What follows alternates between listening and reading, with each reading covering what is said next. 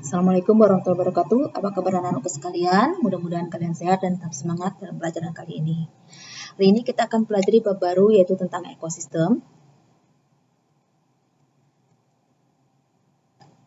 Kompetensi dasar kali ini memahami komponen-komponen dari bentuk interaksi dalam ekosistem, mengklasifikasikan dari komponen-komponen ekosistem dan bentuk interaksi dalam ekosistem.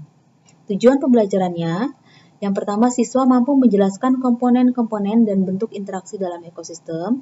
Yang kedua, siswa mampu memahami pengelompokan komponen ekosistem dan bentuk interaksi dalam suatu ekosistem. Ada 3 poin yang akan kita pelajari, yaitu tentang pengertian ekosistem, komponen ekosistem, dan interaksi dalam ekosistem. Apa itu ekosistem? Ekosistem adalah hubungan timbal balik atau interaksi yang terjadi antara makhluk hidup dengan lingkungannya. Contoh di sini ada gambar ekosistem sungai.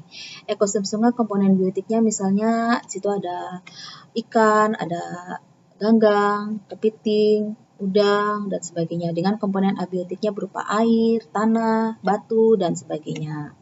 Jadi saling interaksi. Komponen ekosistem terbagi menjadi dua, yaitu ada komponen abiotik dan komponen biotik. Abiotik, A artinya tidak, bio artinya hidup. Komponen abiotik artinya komponen yang tidak hidup, contohnya air, tanah, udara, sinar matahari, garam mineral, suhu, kelembaban, topografi, dan pH. Saya jelaskan sedikit tentang air. Air merupakan komponen terbesar yang ada di muka bumi, sekitar 70% ya. Airnya ada di samudra, air laut, sungai, danau, air tanah, dan sebagainya. Udara contohnya ada oksigen, ada karbon dioksida. Oksigen dibutuhkan oleh makhluk hidup untuk proses respirasi atau pernapasan, sedangkan CO2 dibutuhkan oleh tumbuhan untuk proses fotosintesis. Selanjutnya adalah sinar matahari. Sinar matahari juga merupakan sumber energi yang terpenting untuk semua makhluk hidup yang ada di bumi ini. Garam mineral kalian pernah dengar tentang kalsium, fosfor, nitrat, dan sebagainya. Itu menentukan struktur tanah dan sifat tanah. Selanjutnya adalah suhu. Suhu ini berkaitan dengan kehidupan yang ada dalam suatu ekosistem ya. Kelembaban adalah kandungan uap air yang ada di udara. Topografi menentukan persebaran makhluk hidup. Contohnya di daerah yang dataran tinggi dengan dataran rendah tentu akan berbeda jenis organismenya maupun curah hujan dan iklimnya. pH berkaitan dengan derajat keasaman, yaitu dinyatakan dengan skala 0 sampai 14.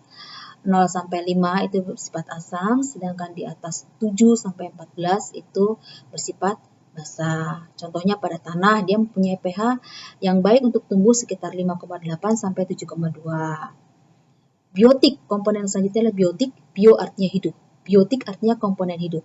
Contohnya seperti mikroorganisme, tumbuhan, hewan, dan manusia. Kalian tahu mikroorganisme ya? Contohnya seperti kayak virus, parasit, terus bakteri.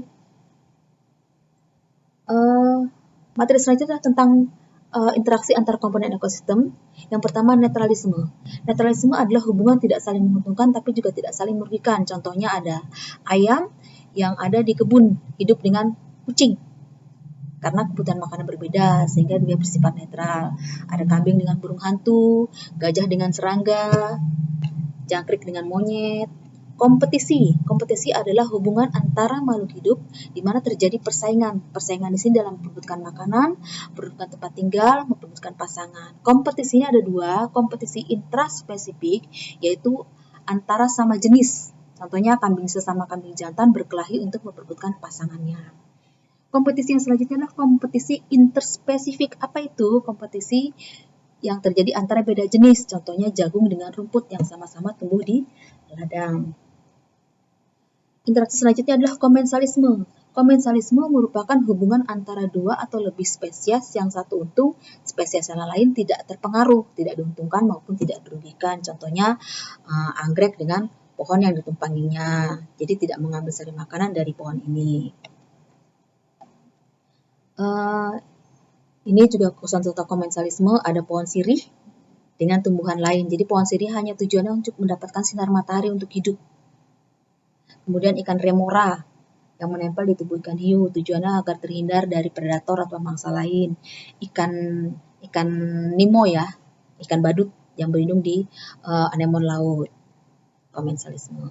Alelopati. Apa itu alelopati? Alelopati adalah interaksi di mana satu organisme menghasilkan zat lain atau zat kimia lain yang membuat makhluk hidup lain tidak bisa hidup. Contohnya di sini ada pohon pinus, dia menghasilkan suatu zat dalam tanah sehingga tumbuhan lain nggak bisa hidup. Itu alelopati. Parasitisme.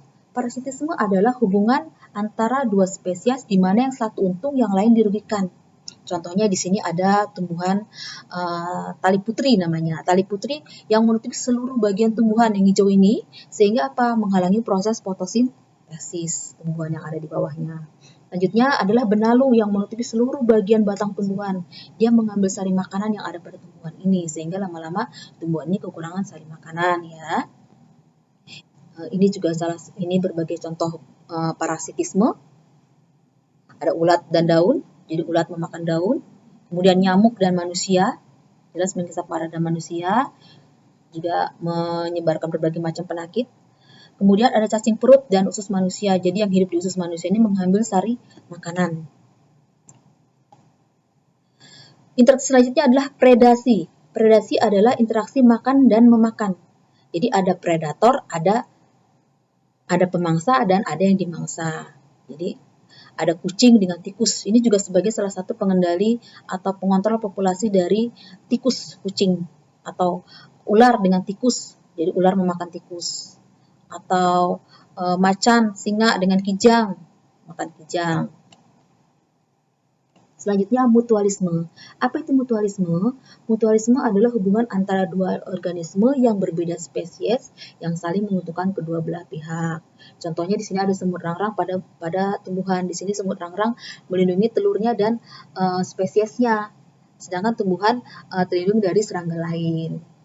Kemudian ada ikan Nemo tadi, ikan badut dengan anemon laut. Anemon laut ternyata diuntungkan dengan ikan Nemo ini memakan parasit yang merugikan pada ikan yang menempel pada anemon laut ini, dan ikan badut ini terlindung dari predator atau mangsa yang lain. Kemudian berbagai macam contoh parasit mutualisme. Zebra dengan burung X-pecker yang menempel untuk memakan parasit atau berbagai macam kutu, juga sama dengan kerbau dan burung jalak, juga memakan kutu-kutu yang ada di sini. Kemudian kupu-kupu dan bunga. Kupu-kupu mendapatkan sari madu, sedangkan bunga mendapatkan penyebukan.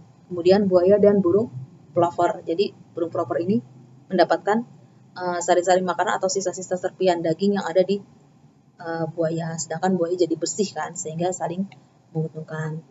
Demikian untuk materi ekosistem kali ini. Mudah-mudahan kalian memahami. Saya akhiri. Wassalamualaikum warahmatullahi wabarakatuh.